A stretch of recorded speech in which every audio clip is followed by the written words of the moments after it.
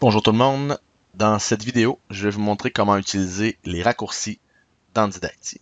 Je vais les définir aussi parce que c'est un nouvel objet.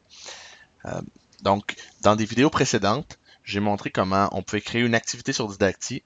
Il y a aussi une vidéo sur les mots-clés et leur utilité. Et dans la vidéo sur la création d'activités, quand je clique sur le plus ici, je vais me faire quelques activités pour vous présenter les raccourcis. Donc, disons activité 1 ici. Et là, je peux rajouter des mots-clés.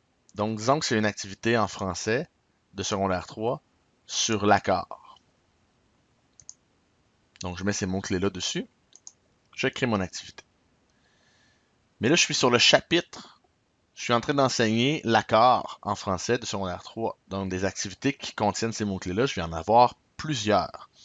Donc, si je veux en créer une nouvelle, disons mon activité 2,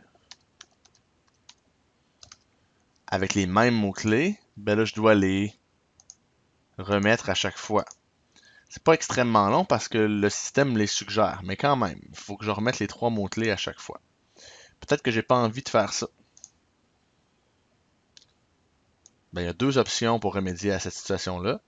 Premièrement, je pourrais aller dans la barre d'adresse en haut, puis taper ces mots-clés-là, français, sec 3, accord, pour me retrouver dans la page qui est le résultat de la recherche, tous les blocs qui ont ces mots-clés-là, donc Christian 2, français, sec 3, accord. Et là, c'est mes 2 activités que j'ai faites jusqu'à maintenant. Mais si, une fois que je suis dans cette page-là, je clique sur Nouvelle activité, ben on va déjà me mettre les mots-clés de la page dans laquelle je me trouve.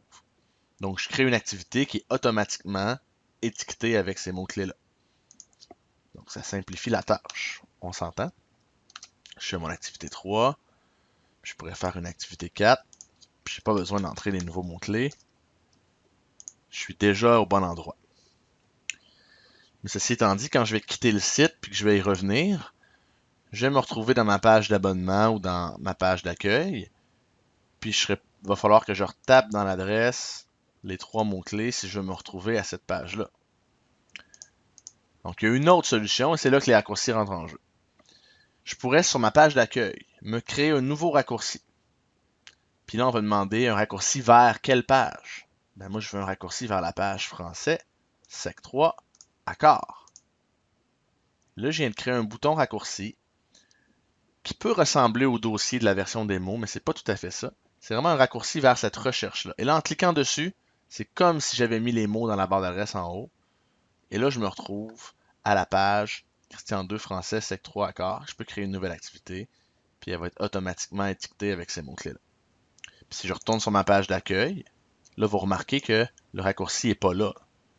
Le raccourci existe seulement sur la page Christian 2.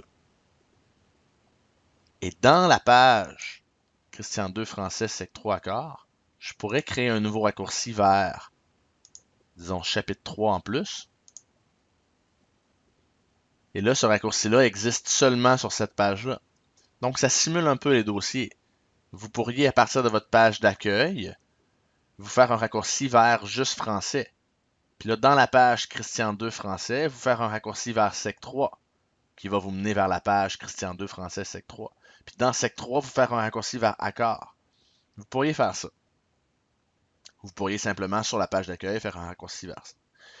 Et vous pourriez même vous créer un raccourci vers la page d'un autre utilisateur en effaçant votre nom, puis en allant ailleurs. Je pourrais me faire un raccourci vers la page de David, disons. David Didacti.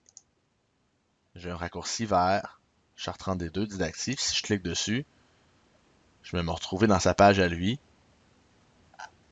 avec du contenu qui concerne Didacti. Donc, vous pourriez demander à vos élèves de se créer un raccourci vers une de vos pages.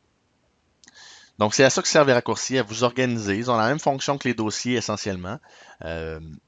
Sauf que vous remarquerez que là, je suis dans la page Christian 2, puis je vois quand même les activités qui sont dans ce raccourci-là. Parce qu'ils sont étiquetés Christian 2.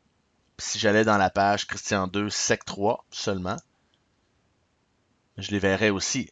Parce que c'est des activités qui sont étiquetées Christian 2 et sec 3. Les autres étiquettes sont pas importantes. S'il y a ces deux-là, j'apparais. Puis si je m'en vais dans la page où on rajoute français, ils vont être là aussi, les activités. Donc, mes activités se retrouvent à plusieurs endroits et c'est la grosse différence avec les dossiers. Avec les dossiers, mon activité se retrouvait à la fin de la chaîne.